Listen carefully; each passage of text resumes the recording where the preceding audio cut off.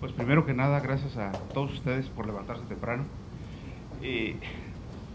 Gracias a el doctor Cristian, al comité organizador del evento por haberme invitado. Espero que lo poco que hemos hecho en el área de genética de poblaciones de plantas del semidesierto les sea de utilidad. Me voy a enfocar principalmente en la diversidad genética de estas plantas, basándome en dos de ellas, orégano y sotol. Voy a comentar algo sobre investigaciones de otros autores en otras especies del semidesierto y discutir un poco sobre algunas secuencias novedosas de genéticas que podemos encontrar en plantas del semidesierto. Orégano, como ya todos lo conocemos, es una planta herbácea.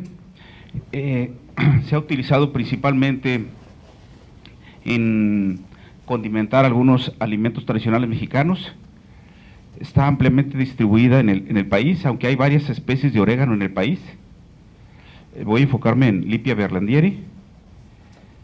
Ha sido una especie que se ha investigado poco desde el punto de vista botánico, pero se ha investigado mucho menos desde el punto de vista genético. A nivel comercial, su importancia se basa principalmente en la obtención de dos aceites esenciales, timol y carbacrol, que tienen propiedades antimicrobianas. También se utiliza en la formulación de algunos medicamentos, principalmente algunos jarabes, y como ya les mencioné, condimentar algunos alimentos tradicionales mexicanos. En Chihuahua hay una área en donde se recolecta orégano. Las plantas son muy similares, fenotipos similares. Sin embargo, se ha encontrado que difieren en las concentraciones de aceites esenciales.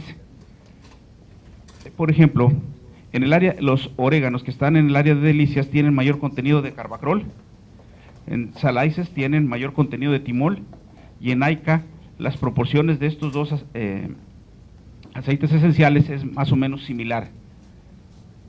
Basándonos en esto, empezamos un estudio con una chica de maestría precisamente de la región de Delicias, Chihuahua, tratando de identificar diferencias genéticas y correlacionarlas con las diferencias bioquímicas que se observan.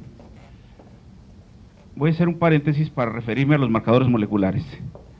Es cualquier gen de expresión cuantificable y o observable, que pueden ser proteínas o ADN. Dentro de los marcadores moleculares basados en ADN, son muchísimos, inclusive hay cursos de 6 meses enfocados solamente sobre marcadores moleculares. Voy a hablarles un poco sobre una de las técnicas que utilizamos más nosotros en el laboratorio, AFLPs, que consiste en extraer el ADN de alguna planta, cortarlo con enzimas de restricción, se le adicionan fragmentos conocidos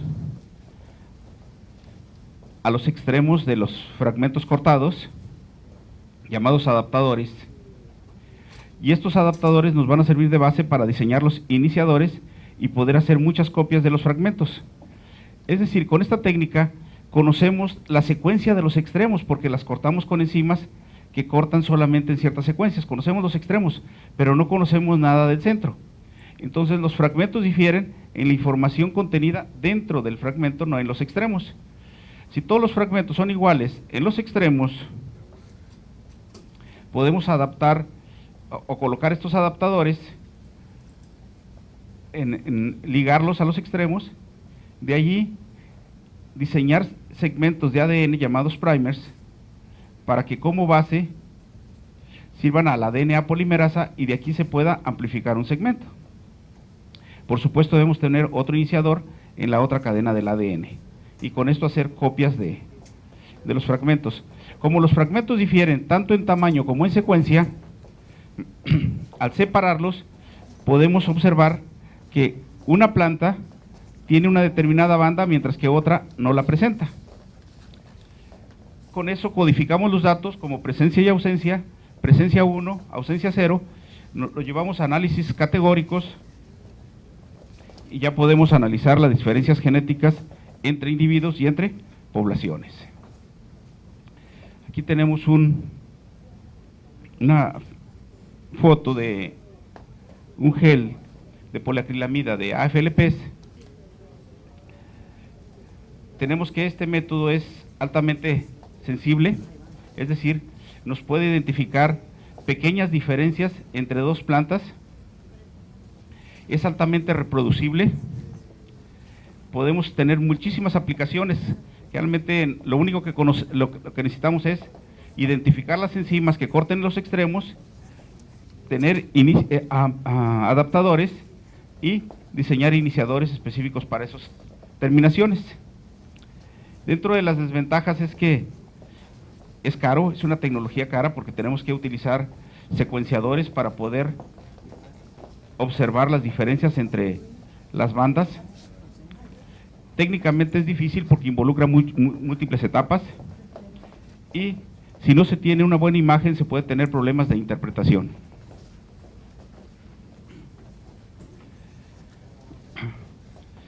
Nosotros partimos para el estudio de colectas que hacía el centro,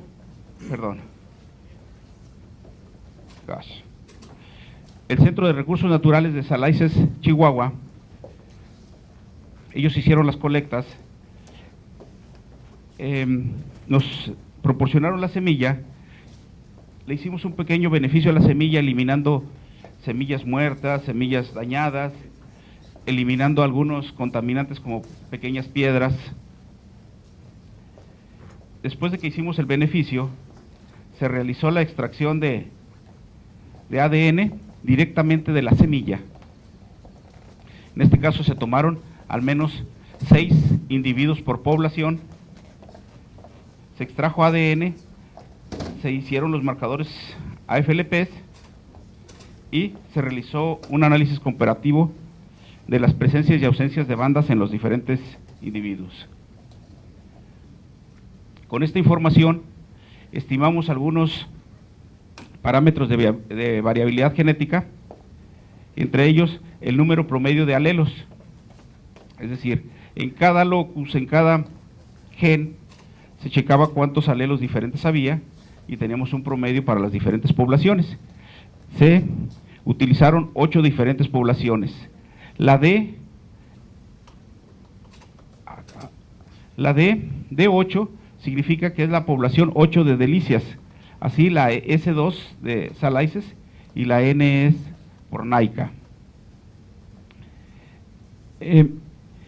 Hay algunos reportes que estiman que el número promedio de alelos para plantas alógamas es de 1.85 y para aquellas plantas que se fecundan principalmente por acción de algún animal es de 1.55. Como podemos ver, los resultados obtenidos nos sugieren que orégano, a pesar de tener una planta de una flor completa, su polinización es principalmente alógama y nos sugiere que la polinización es principalmente por animales. En el caso de diversidad genética, observamos que si fueran una planta de autopolinización, la diversidad sería 0 y los valores que nos arroja es que tiene una buena proporción de polinización cruzada el orégano. Lo mismo se ratifica con la heterocigosis encontrada en las diferentes poblaciones, que los valores son diferentes de 0. Se realizó un análisis molecular de varianza y se encontró que las diferencias entre poblaciones es más de 5 veces que la diferencia dentro de poblaciones. Esto nos sugiere que la planta evoluciona de acuerdo con el medio ambiente particular de la región en la que se encuentra y se han ido diferenciando las poblaciones.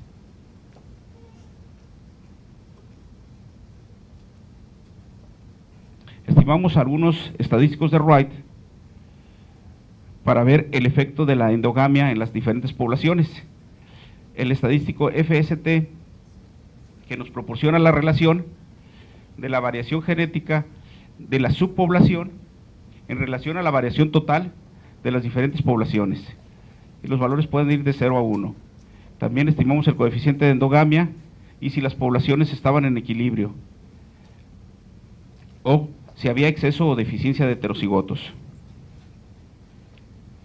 Lo interesante fue encontrar que algunas poblaciones no había diferenciación genética de los individuos de la población, algunos de delicias, algunos de salaices y los de naica. En cambio, había diferenciación en algunas poblaciones de delicias y en las de salaices. Los valores de endogamia fueron bajos, lo que nos sugiere que la polinización en el orégano es polinización cruzada,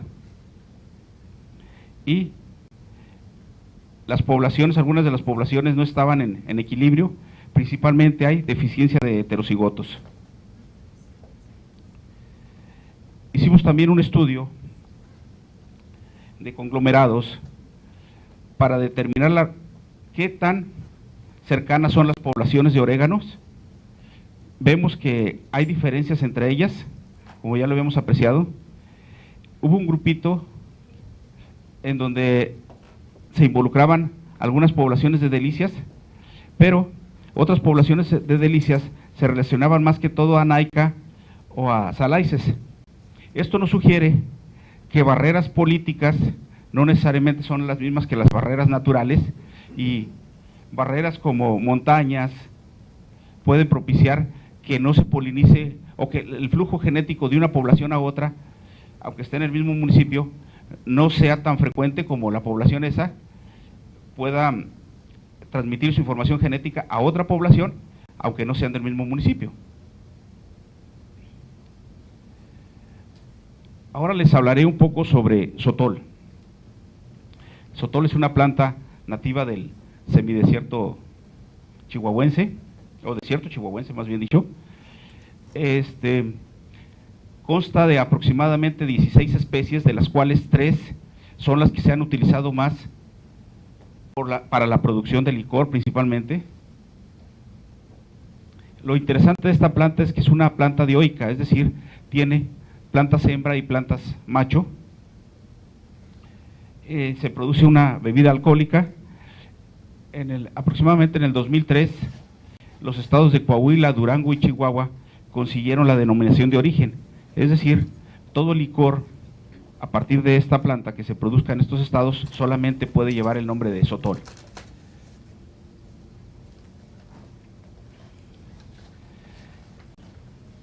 A finales del siglo pasado, en 1999, 98, hubo una escasez de agave tequilana.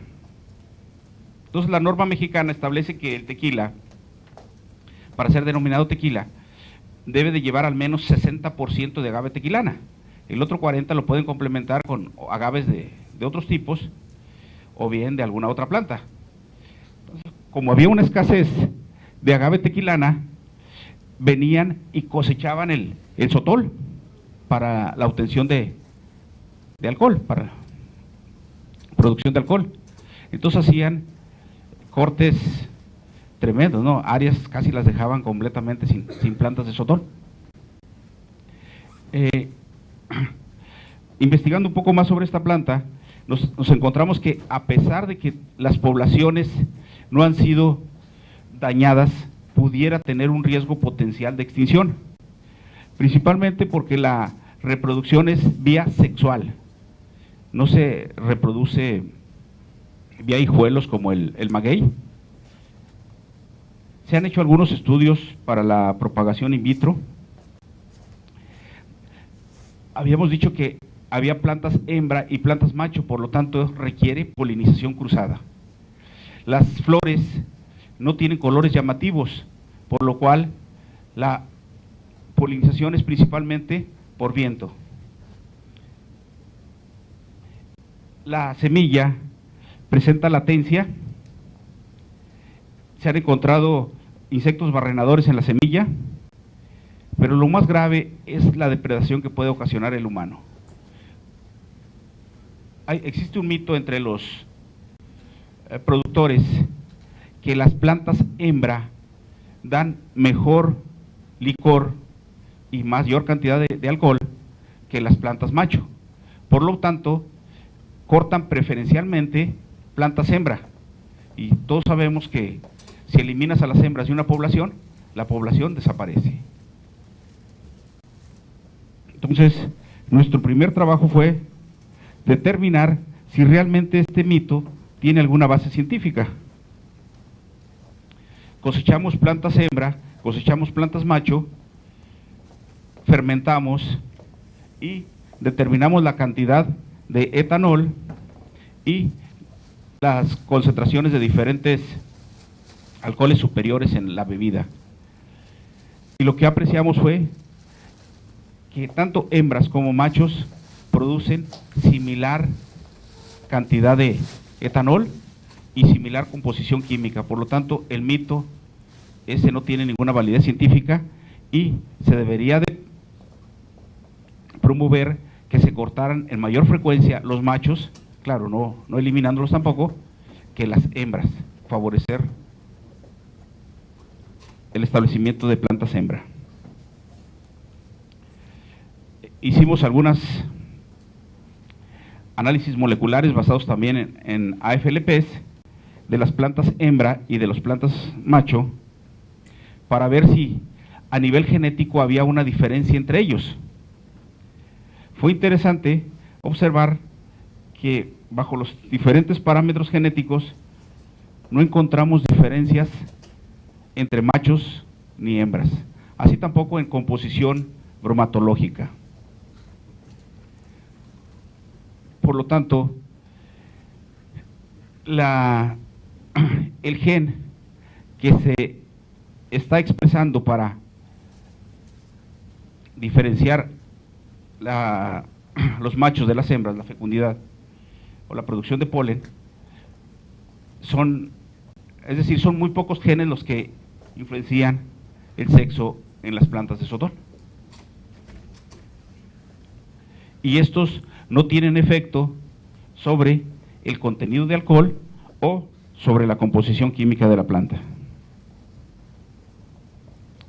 Dijimos, bueno, vamos a hacer un estudio de conglomerados para ver si podemos agrupar, que los machos se agrupen, logramos juntar todos los machos en un grupo, todas las hembras en otro grupo, para ver si hay más diferencias genéticas entre ambos tipos de plantas. Lo interesante fue que no logramos separar las hembras y los machos. En los grupos que se formaron dos grupos, había tanto hembras como machos. Todas estas plantas las tomamos de un ejido llamado Buñuelos en Coahuila, y lo que apreciamos, es un área extensa, lo que apreciamos ahí es que se formaron dos grupos muy distintivos, de machos y otros de hembras. Es decir, la población de esa región se está subdividiendo genéticamente, y a la larga eso va a llevar a la generación de una nueva especie de sotol. Se van a separar las dos, es decir, como que empiezan a haber barreras reproductivas entre un grupito de plantas y otro grupo de plantas, y nada más se entrecruzan entre ellos.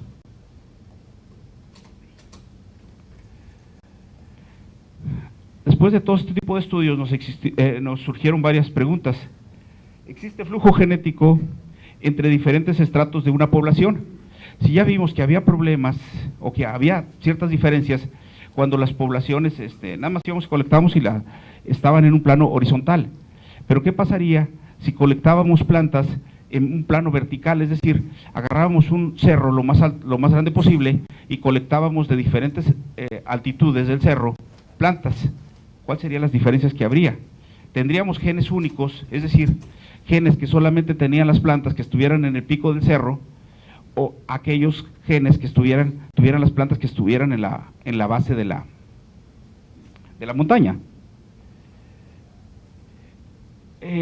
el problema que nos encontramos siempre cuando trabajamos con plantas silvestres es que no hay estudios previos. Por lo tanto, cuando sales a colectar, la primera pregunta que surge, ¿cuántas plantas voy a tomar por población? 1, 2, 20, 50, 200, no sabemos.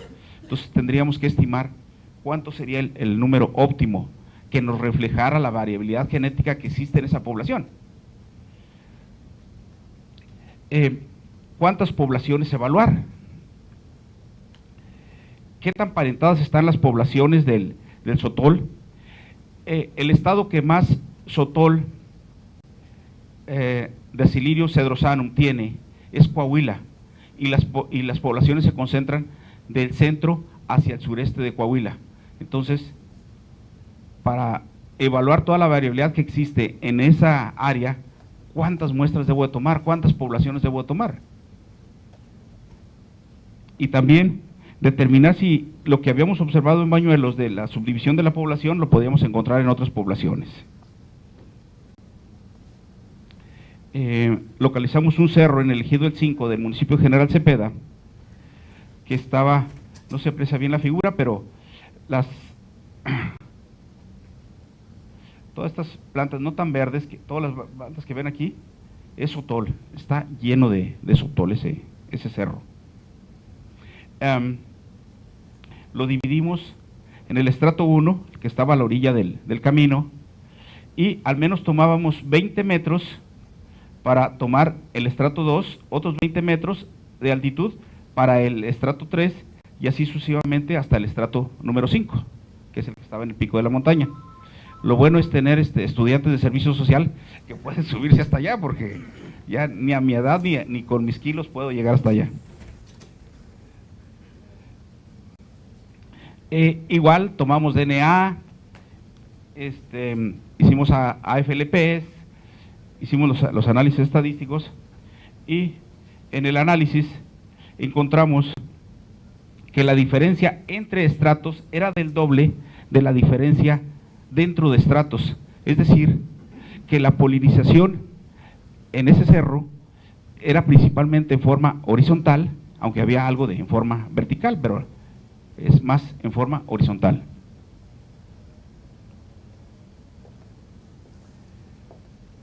Estudiando ya la diversidad genética en los diferentes estratos, observamos que el estrato 3, precisamente el que está en el centro del cerro, tenía mayor diversidad y mayor heterocigosis.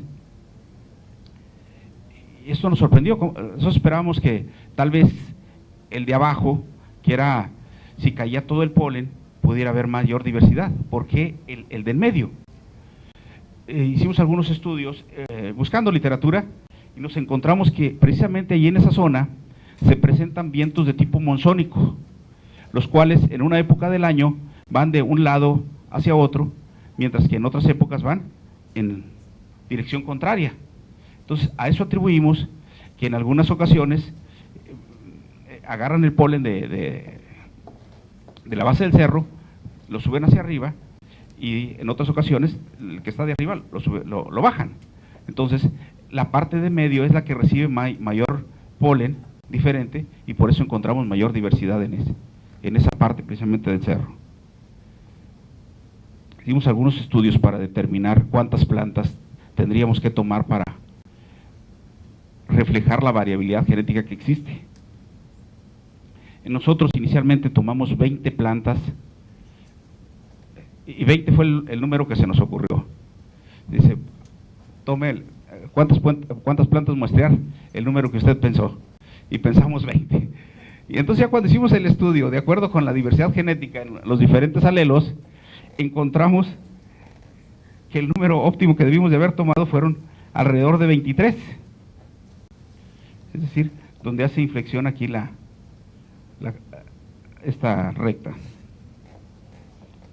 Entonces, bueno, no andábamos tan errados. Después nos dedicamos a estudiar la diversidad genética de toda esa área grande que es del centro al sur de Coahuila, para detectar cuáles son las áreas en las cuales existe mayor diversidad genética y proponer a la Secretaría de Fomento del Estado de que esas áreas se deban de conservar. Si se quiere producir comercialmente, bueno, que esas sean las últimas que se toquen. Tomamos muestras de 43 localidades del centro y sur de Coahuila, y estas 43 localidades las agrupamos de acuerdo a condiciones geográficas en 8 regiones. En base a esto, tratábamos de identificar si estuvieran emparentadas esas poblaciones. Encontramos que había una buena cantidad de diversidad genética. Encontramos algunas poblaciones que difieren de las del resto, como por ejemplo la 4 que ustedes allí aprecian, que se despega de las del resto. Entonces, las poblaciones de sotol que están en esta región son las que proponemos que se deben de conservar más.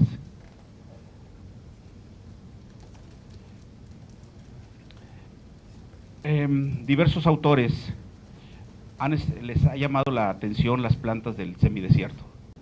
Es increíble la riqueza de plantas que tenemos. Han hecho algunos estudios, por ejemplo, en cactáceas, y encontraron que de acuerdo a su composición genética, pensábamos que los nopales se propagan principalmente en forma clonal, y aquí se aprecia que la reproducción no es totalmente clonal. La reproducción de las plantas también cae en las semillas y una buena proporción es propagación sexual. En el caso del mezquite, encontraron mayor diversidad entre poblaciones que dentro de poblaciones, similar a lo que habíamos observado es decir, las plantas del semidesierto tienden a evolucionar de acuerdo con las condiciones en las que se desarrollan, más que en el intercambio de información genética. En el caso de magueyes fue bien interesante porque tenemos dos casos totalmente diferentes. En el caso de agave tequilana se hicieron estudios genéticos y se encontró que casi todas las plantas que se producen para producir tequila provienen inicialmente de una sola planta. Y todos sabemos los riesgos que tiene cuando una población es altamente uniforme en forma genética. Puede ser fácilmente desaparecida por algún patógeno o alguna plaga. En cambio, algunos magueyes que todavía se producen en forma silvestre, se encuentran altos niveles de diversidad genética, tanto dentro como dentro de poblaciones, entre y dentro de poblaciones. En el caso de lechuguilla, hicieron un estudio para determinar los flujos genéticos en diferentes poblaciones y observan que hay diferencias en los niveles de flujo genético.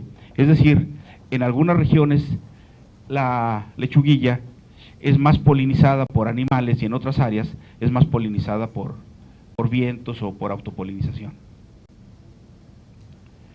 La polinización dentro de la población. En el caso de hojacén y gobernadora, es bien interesante la adaptación que han tenido estas plantas. Se debe principalmente a la alta diversidad genética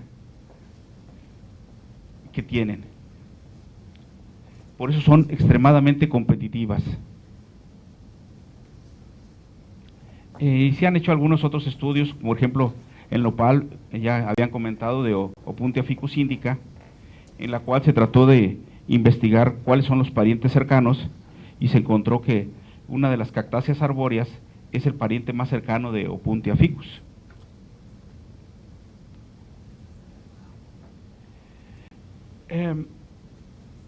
Platicando con mis estudiantes, les comento, cuando ustedes van por el semidesierto de Coahuila, que viajan de Saltillo hacia el norte, o de Saltillo hacia Torreón, ¿qué observan? Y dicen, no, pues es que no hay nada, no hay vegetación. Digo, pero no se ha puesto a pensar que si algo está ahí viviendo en esas condiciones tan extremas, desarrolló mecanismos de resistencia a condiciones extremas, desarrolló una maquinaria enzimática muy eficiente que les permita sobrevivir ahí.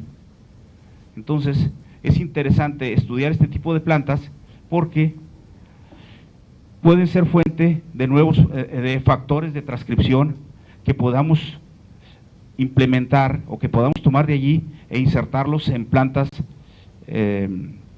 con potencial agronómico. También estas plantas, a pesar de vivir en condiciones extremas, tienen que desarrollar mecanismos de defensa muy interesantes contra patógenos, contra herbívoros. Entonces, es muy interesante estudiar los genes reguladores de las rutas metabólicas, y plantas como Jaén, Gobernadora, producen una gran cantidad de compuestos químicos, de metabolitos secundarios, que tienen aplicaciones desde el mal olor de los pies hasta el tratamiento contra el cáncer. También es bien interesante estudiar los genes homeóticos de estas plantas, es decir, un gen homeótico es aquel que codifica para una enzima que va a regular a otro gen. Entonces, es bien interesante estudiar la genética de estas plantas. Todo este trabajo se ha hecho gracias a la colaboración de varios de mis estudiantes y de algunos profesores tanto de la Narro como de la Universidad Autónoma de Coahuila y de la Universidad Autónoma de Chihuahua, y del Sirena de Chihuahua, y ellos han aportado mucha información que nos ha ayudado a conducir estos experimentos. Por mi parte, nada más que darles las gracias